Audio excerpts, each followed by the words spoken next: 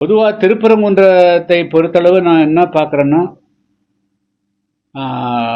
இது வந்து அறுபடை வீடுகளில் இது வந்து ஒன்று மிக முக்கியமான ஒன்று. இங்கே வந்து கடந்த 3ஆம் தேதி அன்று தீபத்தூணில் வந்து தீபம் ஏற்றுவதற்கு ஒருவர் வந்து ஒரு ஆன்மீக முக்கியமானவர் ஒருத்தர் வந்து நீதிமன்றத்தில் வழக்கு தொடுத்து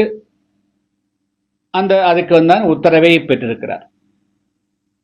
இது வந்து அங்க திருப்பரங்குன்றத்தில் 2-3 முக்கியமான பிரச்சனைகள் சம்பந்தமாக சில மாதங்களாக சில கருத்து வேறுபாடு இருக்கிறது.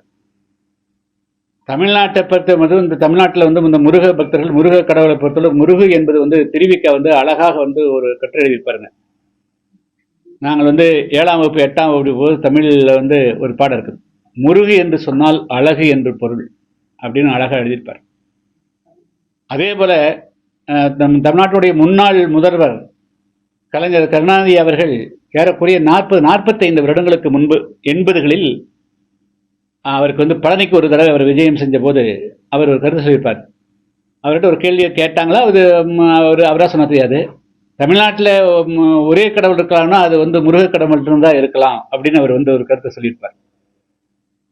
அதனால இது வந்து தமிழ் முருகக் கடவுள் என்பது வந்து முழுக்க இது தமிழ் மொழியோடும் தமிழ் மக்களோடும் தமிழ் மண்ணோடும் சம்பந்தப்பட்ட ஒரு விஷயம். அந்த வகையில திருப்பரங்குன்றத்தில்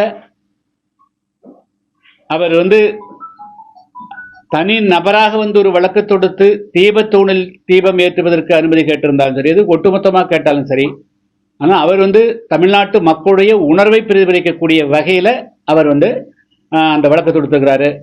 அதுக்கு வந்து தமிழ்நாடு அரசு அனுமதித்திருக்க வேண்டும் என்பது என்னுடைய கருத்தாகும். என்று சொன்னால் நான் சொல்லி முடிச்சிடும். என்று சொன்னால் அங்க வந்து அதாவது இப்ப திருச்செந்தூர் என்று சொன்னால் அது ஒரு முருகன் கடவுள், திருப்பரங்கு என்று சொன்னால் அது அடையாளம், அது முருகனை தான். பழனி என்று சொன்னால் முருகனை தான் குறிக்கும், மருதமலை என்று சொன்னால் அது அப்படிதான் இருக்கும்.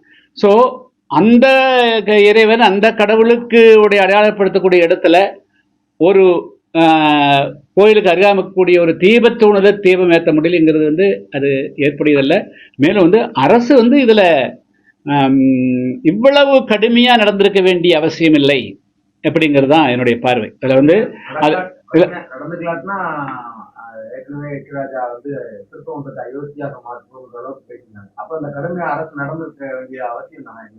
இல்ல, அதாவது அவர்கள் பேசுவதுக்கெல்லாம் நான் பதில் சொல்ல வேண்டியதுங்க. என்னுடைய இதனால வந்து அரசுக்கு வந்து எந்த விதமான லாபமும் இல்லை. அரசியல் நான் சொல்லி முடிச்சேன் கேள்விக்கிழமை. அதுல அரசுக்கு இதுல எந்த விதமான லாபமும் இல்லை. இது தடுத்து, அதாவது அந்த சம்பவம் அதுல வந்து தீபத்தூணில் தீபம் ஏற்ற அனுமதித்திருந்தால் இது வந்து அன்றோடு இந்த செய்தி முடிஞ்சு போயிருக்கும். இல்ல, அதாவதுங்க தர்கா என்பது வேறு, ஒரு இறை நம்பிக்கையோடு இருக்கக்கூடிய கடவுளுடைய இருப்பிடம் என்பது வேறு. தர்கா அது இருக்குது.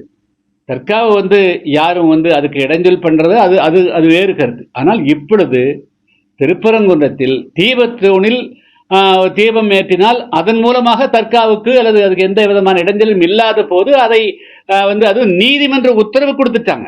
சப்போஸ் வந்து இவர்களாக வந்து அரசியல் ரீதியாக நாங்கள் தீபம் ஏற்றித்தான் செல்வோம் என்று இவர்கள் ஒரு குழுவா வந்து நீதிமன்ற உத்தரவு இல்லாமல் செய்திருந்தால் நிச்சயமாக காவல்துறை தடுப்பதற்கும் அரசு தடுப்பதற்கும் உரிமை உண்டு. ஆனால் நீதிமன்றம் உத்தரவு கொடுத்துருச்சு. அதுக்கு மேலேயும் 2 நீதிபதிகளும் அதை வந்து ஒத்துட்டாங்க. அப்படி இருக்கிற போது இதை இவ்வளவு வரிந்து கொண்டு அரசு செயல்பட்டு இருக்க வேண்டாம் அப்படின்னு அதுல எப்படி நீதிபதிகள் தாங்க அவர்களுக்கே பாதுகாப்புக்கு கேட்டுதான் சிஎஸ் வச்சுக்கிறாங்க. அவங்களுக்கு வச்சுக்கலாம், பட் அவங்களை எல்லோரும் பயன்படுத்துறது எல்லோருக்கு தானே. யாரும் சிஎஸ்எஃப் எல்லோருக்கு தானே பயன்படுது. ஏர்போர்ட் எல்லாம் எல்லோரும் தாங்க. அங்க வந்து வேற எதுவும் பிரச்சனை கூடாது பயன்படுத்துறாங்க. எதையுமே ராணுவத்தையும் சிஎஸ்எஃப்பையும் காவல்துறை எல்லாம் வந்து வித்தியாசப்படுத்திலாம் பார்க்க முடியாது. இப்போ வந்து நம்ம வந்து பேராமிலிட்டரின்னு சொல்லிட்டு வந்து இவங்களையும் கூட வேற மற்ற அமைப்புகளும் கூட பயன்படுத்துறோம் ஆச்சுங்களா. அதனால வந்து அதெல்லாம் வந்து குற்றமெல்லாம் சொல்ல முடியாது. செய்திகளை உடனுக்குடன் தெரிந்து கொள்ள கீழ்கண்ட கேபிள் மற்றும் டிடிஎச் நெட்வொர்க்குகளில் எம்நாடு செய்தி தொலைக்காட்சியை காணுங்கள். பாதகம் செய்பவரை கண்டால் நாம் பயம் கொள்ளலாகாது பாப்பா. மோதி மிதித்து விடு பாப்பா, அவர் முகத்தில் உமிழ்ந்து விடு பாப்பா. அண்மை செய்திகளை உடனுக்குடன் தெரிந்து கொள்ள இணைந்திருங்கள் எம் நாடு தொலைக்காட்சியுடன்.